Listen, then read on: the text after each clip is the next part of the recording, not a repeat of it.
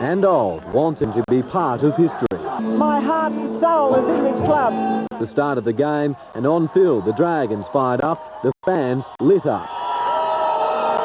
All sorts of predictions for the result, one-eyed of course. At least about 8 points. 15, 16. Maybe 20, hope so. Then, game time.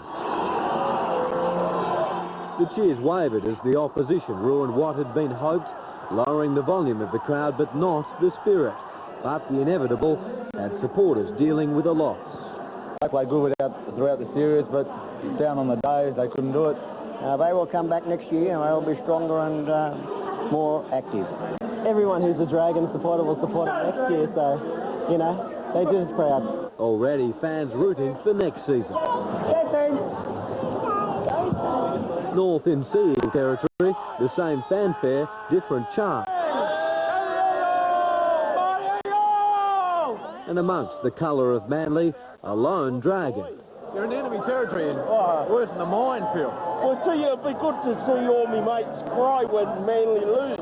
Punished by his immediate neighbours, who tipped Manly to punish the Dragons. Oh, by about 30 points, I'd say. Yeah, 30 points, you reckon? That's a bit of a flogging at St George, isn't it? Yeah, it sure is, mate. It's the way to go. One fan couldn't be kept in hospital, out for one thing only. I want to see him bloody win. Well, it's only moments before kick-off, and here at the home of the Sea Eagles in Manly, they're already acting like winners.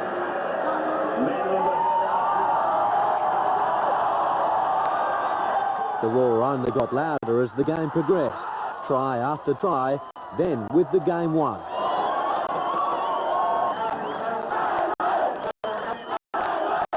As for the Dragon in enemy territory, Have you got a car close by for a getaway or what? Oh, no, I'm going to be a bit longer. You're crazy. Good luck. Oh, yes. More now from Brookvale, where it's also a night of farewells for two of Manly's favourite sons, Des Hasler and David Gillespie. Both played their last game for the club today, and what a note to finish on. Matt White joins us again now. He's with Des Hasler.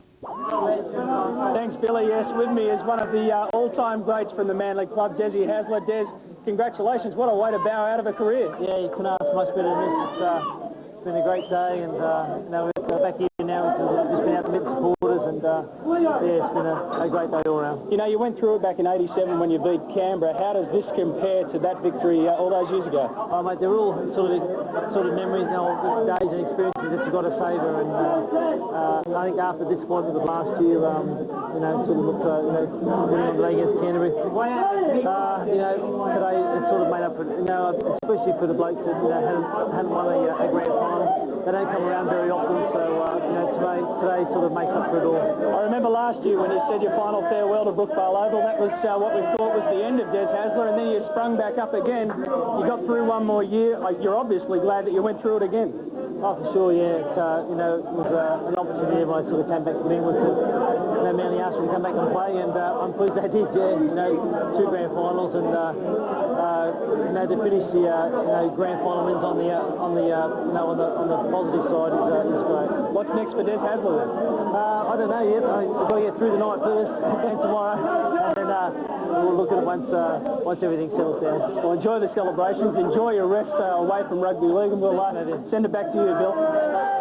Thanks, Matt White with Des Hasler. He and Gillespie, of course, are legends in the game. Gillespie's tasted premiership victories with other clubs. And Desi, well, he's fit enough to play another 10 years, but his timing, as usual, is impeccable. We've only just kicked off this grand final edition of Sports Tonight. We will be back at Brookie, but we cross to St George Leagues Club soon. Check out how the Dragons are consoling themselves after their loss.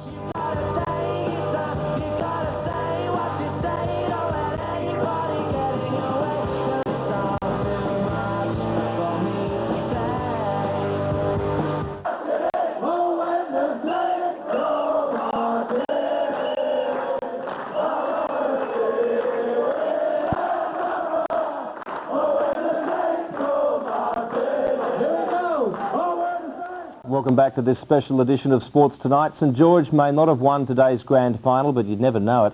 This year's Street Fighters surpassed all expectations to even make it to the big one after their season began rather uncertainly. James Knight is at St George Leagues Club, and James, they're hardly crying in their beer, are they? That's for sure, Bill. It's hard to imagine that we're actually in a losing leagues club, although it's very quiet behind me. This is, in fact, the only place we can get where you'd actually be able to hear me.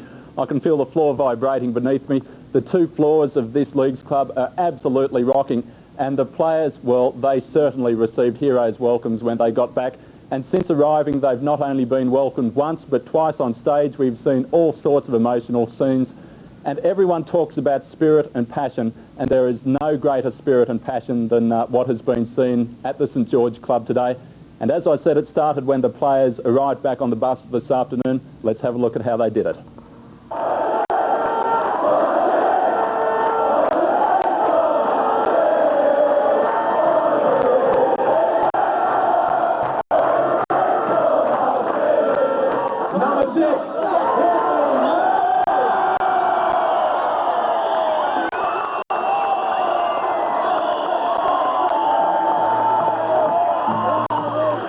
Let's dedicate this song to the Panther and the St George. Oh, we're the same. Oh, we're the same. Go my city. Go my city.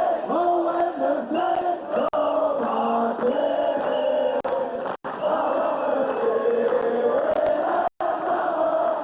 Oh, we're the same. Go my city. Here we go. I don't step on this here. Let's play mine. Blue, quick steps off the left foot. Turn a blue step on the top. Down, turn a foot. We got it, and I'm done. Got the face to be born here. Put the case to close. Got the head.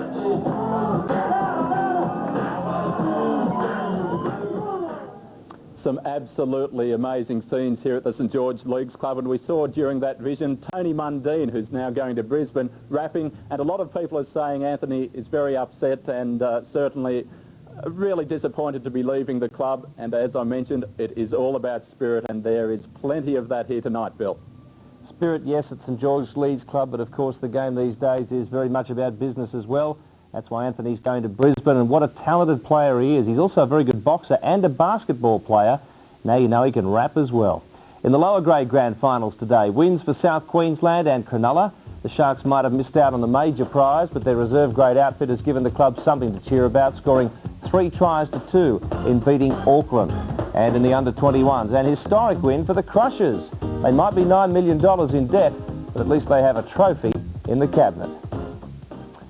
It hasn't been a great day for footy tab punters, with average dividends in all categories. Pick the Score gave the best payout, but there's no chance of retiring on the returns from picking the winners or the margins in what became a fairly predictable result in the grand final of 1996. Well, after the game, the Australian Rugby League team was announced. Manly players dominating selections, and Leanne West was there. Yes, more good news for Manly here at a very wet Sydney Football Stadium tonight.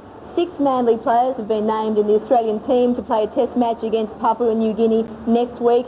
Jeff Tuvey has been named the Australian captain. Now, Australian coach Bob Fulton is delighted that 6 of his players are in the side, although he says there's one glaring omission. I've got to go on record as saying I'm very disappointed that Nick Kossuth's not in the side. As far as I'm concerned, I figured that he should have been in the side. The 6 Manly players who did make the team, including boom back rower Daniel Gartner, along with North Sydney's Michael Butner and Sydney City's Andrew Walker, one of 3 new caps in the 18-man squad. That was a bonus today. We were just thinking about today's win, and that was it. And to be named in the Australian side, that was just great. I'm wrapped. With Brad Fittler sidelined with a groin injury, grand final winning skipper Jeff Tuvey preferred for the captaincy. It was an obvious choice. I mean, the 2 main contenders obviously were the Chief and Paul Harrigan from Newcastle and Jeff, but you know, Jeff has been the unofficial vice captain of this side for the last 2 years, so you know, he deserves it and he's got it.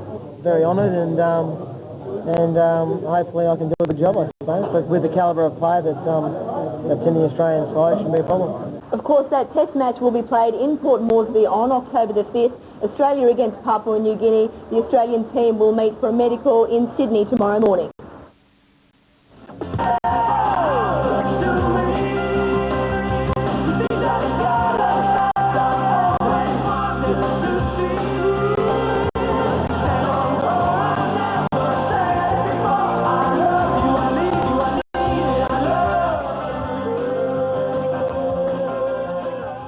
The party continues out Manly way. We'll return there shortly, and it's double celebration tonight for second rower Daniel Gardner, picked in the Australian team to play against PNG. He's with Matthew White. Well, Billy, I've managed to drag out a new Australian representative from the celebrations. Daniel Gardner, well done. Thanks a lot. Yeah, it's been great. What a double celebration for you. Your first ever grand final victory. Just minutes later, you were announced in that Australian team to go to Papua New Guinea. Can you describe any kind of feeling? The grand final is just the ultimate. But, I guess the Australian side is just a bonus, and I'm just thrilled. You know, I heard the suggestion that maybe Manly should pay you by the metre, the way that you gain yards for them. No, it's far off the mark. I think there's plenty of other blokes that do a lot. The celebrations when you came back here to your home club, you're a local junior, you came back and you just got absolutely mobbed. Must have been terrific. It is, it's great. There's so many supporters here. There's plenty of supporters against us, but we've got a very loyal bunch here, so it's great. Well, you've made your mark now. You've stamped yourself in the top grade. Obviously, you'd like to keep it going, but your thoughts on the Australian tour?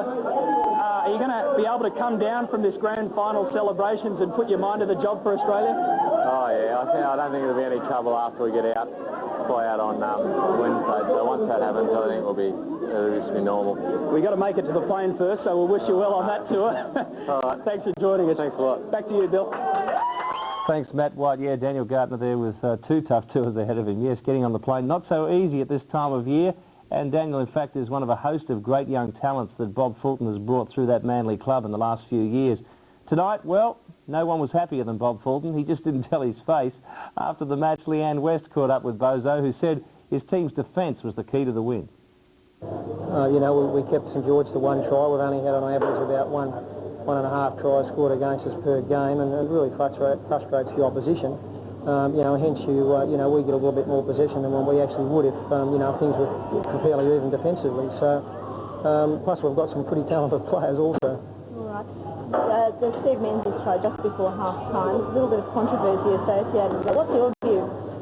Well, my view is this, that, what goes around comes around. Last year there was any amount of controversy with 3 tries that were scored against Manly by Canterbury, and, a couple of forward passes and a 7-tackle try. And, I mean, we didn't blow up about what happened last year because, we appreciate that, it was the rub of the green, and we just applauded Canterbury, who we figured just played a bit better than us on the day.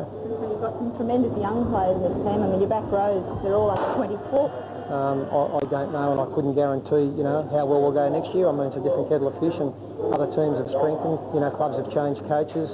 There's any number of variables in what's going to happen next year. And what we'll be pleased about is that we've won this year, and if we can do well next year and get into the 8, well, you never know what can happen. I think St George proved that with the way they came through and exactly what Canterbury did last year.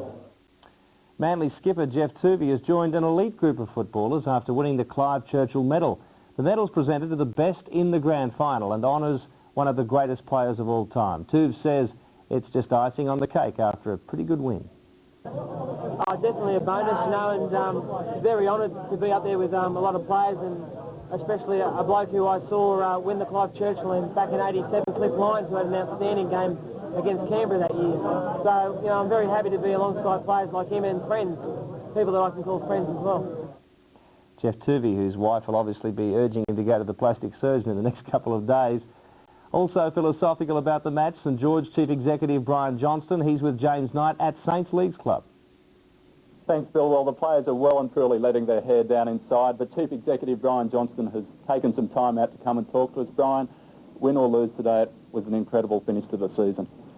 It was a fair finish, not as good as expected. I mean, we all feel very hollow, but we are receiving some joy in the fact that our supporters stuck with us right to the end, and even after the final whistle, our supporters were still there. Back at the club, when the players walked into the auditorium, they nearly tipped the club over, trying to get to the players. Their second round of the auditorium is on right now. There's a lot of support for them up there, and that's really encouraging, and is beginning to replace a little of the hurt that they received this afternoon. In saying that, man, I wouldn't like to take anything away from Manly. They were very strong all over the park today. There was a couple of decisions just before half-time that really hurt us, and we couldn't recover from those decisions. Considering all the turmoil this year, I don't think many, even the most parochial fans at the start of the year, would have thought you would have been here, so there must be a lot of satisfaction out of that. There is some satisfaction, but of course at the end of the day the prize is the championship game, which is the grand final, and we ran second in that. The season, as it panned out, we changed our goals. Beginning of the year, we were looking to perform well in the sevens and perform well in the Charity Shield. Then we moved our goals to making the semi-finals. As we reached the semi-finals, we set our goals a little higher each week. Unfortunately, against Manly, we didn't achieve those goals. But we have to look at it positively, and on a better footing. Next year, we look at that as being a foundation to get us started for 1997. Got a lot of young players, but of course, one player is retiring tonight, and you were talking about lifting the roof in there, Ricky Walford. What emotional scenes for Ricky? Ricky is a very, very popular figure within St George. Of course, he's been here for 12 years now. His rapport with the supporters is very good. He takes time out to talk to everybody in the district, not just supporter, but opposition supporters as well. His contribution to St George can't be underestimated. His work for the Aboriginal community has been superb, and as reflected tonight, he's one of the most popular players that's ever pulled on the red and white. Congratulations on a phenomenal year, considering all that went against you, and we look forward to seeing you bigger and brighter next year. Thank you very much, and we'll look forward to performing next year. That's all from here, Bill. Back to you. Thanks, James Knight with Brian Johnston. Don't go away, the Dragons certainly won't. We'll be back after this to wrap up today's big one.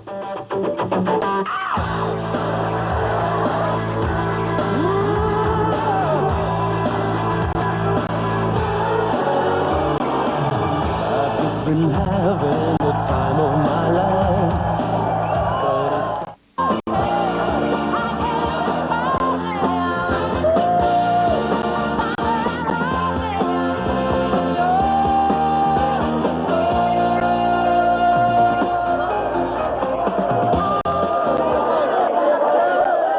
Well, they were pretty hard to top today, Manly, but we'll